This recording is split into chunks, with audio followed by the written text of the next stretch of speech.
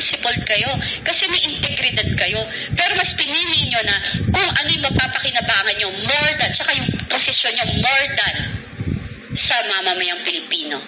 Alam nyo ho, nung lumabas ho ako at nagsalita ako, at nagdesisyon ako magsalita against sa ating presidente sa kanilang ginagawa or vision nila sa paggamit ng droga. Lahat ho, alam ko na may mangyayari sa akin. Alam ko na meron hong pwedeng pumatay sa akin. Alam ko na malalagay sa alanganin ang pamilya ko.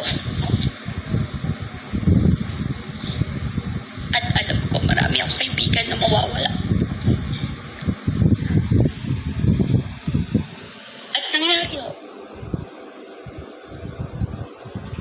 Pero pinili ko pa rin pong magpatuloy kasi yun lang ho yung kaya kong ibigay para tumatanda na rin ho ako. And ang hirap din ho sa sitwasyon ko kasi both my parents namatay na ho. Wala akong magulang. And I have 5 kids, 4 na babae. At matatalino mababait. I'm so proud of them. And eto lang yun. Yun, katulad nila Crisette, kami mo lahat dito. Wala ko kaming inihingi. Hindi ko kami naghanap ng posisyon. Hindi kami nagpapasikat. Ano papasikat? Sikat ka, mamamatay ka. Yan ba yung sikat? Isinasalang mo yung buhay mo. Hindi po joke yung ginagawa namin. Sabi nila, may isa nga akong friend, sabi, why Scotty, she went ballistic na. Sabi ko, ballistic na kung ballistic. As long nagsasabi ka ng totoo. Ako hindi ko maintindihan yung nangyayari ngayon. Sa ating mga politiko o leader natin sa ating bansa, dapat ho, kung kayo ho ay kinikriticize, tanggapin nyo ho, pray for it, pag-isipan nyo, and tingnan nyo ho yung sarili nyo sa salamin kung tama ba o mali yung ginagawa nyo. Ang nakikita ko ho dito, yung nangyayari ho sa amin ngayon, hindi na ho ito bago sa akin. Nangyari ho ito sa akin. Simula 2021 hanggang ngayon, yung pagpupuli ng tuloy-tuloy, yung ginagawa nila, sabi ko nga sa'yo, kaya nga ako natauhan, yung ginagawa nila kay VP na panggigipit, tuwag naman ho yung mga yan eh. Manggagamit ho yan. Gagamit sila ng tao para manakit. Gagamit sila ng mga tao para sila yung gumalaw para sa kanila. Pero sabihin mong sila itself ang gagawin, hindi na gagawin. Kaya sa inyo, na akala nyo kakampi nyo yan, kasi kinagamit kayo, collateral damage lang kayo. Look what happened. Di ba ang dami lang tinanggal ngayon sa mga trabahador nila dyan sa gobyerno? Nagki-cleaning daw sila kasi feeling nila yung loyalty, naglo-loyalty check sila. So, lahat po kayo disposable. Lahat po kayo itatapon. Pag tapos na sa inyo, itatapon na kayo. Attorney Brixie, Attorney Vic Rodriguez, VP Sara.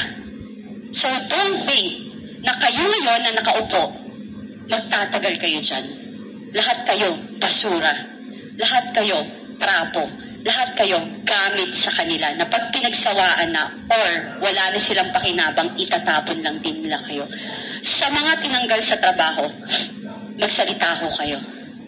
Sa PSG, sa security, sa mga empleyado ng gobyernong tinanggal, magsalita ho kayo.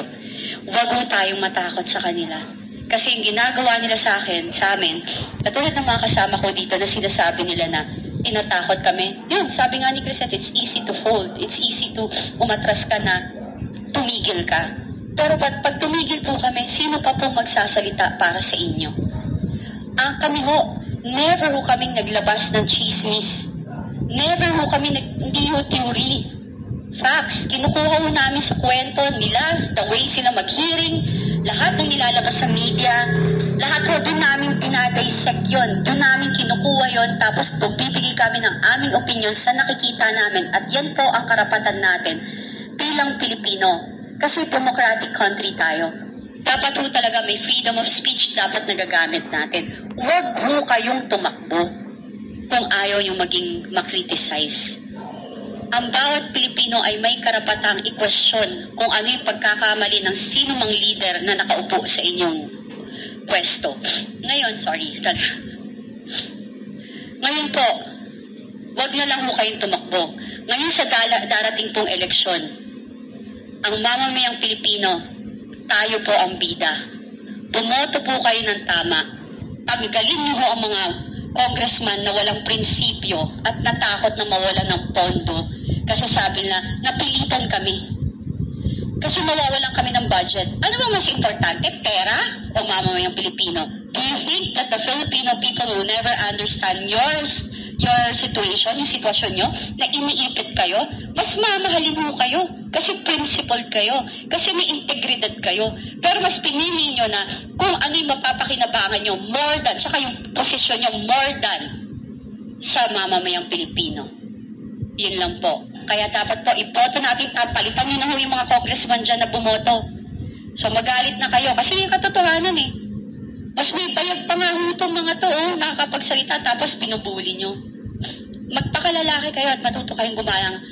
Women's Month ngayon, may nagsalita, sabi ni Martin, suportahan ng kababaihan. Martin, naging kaibigan kita minsan. Hindi ko in-expect na magiging ganyang kakasama. May asawa ka, buhay pa ba nanay mo, hindi ko alam. Pero eto lahat kami, mga babae, ina, ikaw naniniwala sa sinasabi mo. So, kasi eto ginagawa mo sa amin eh. Magpakalalaki kayo at matuto kayong gumalang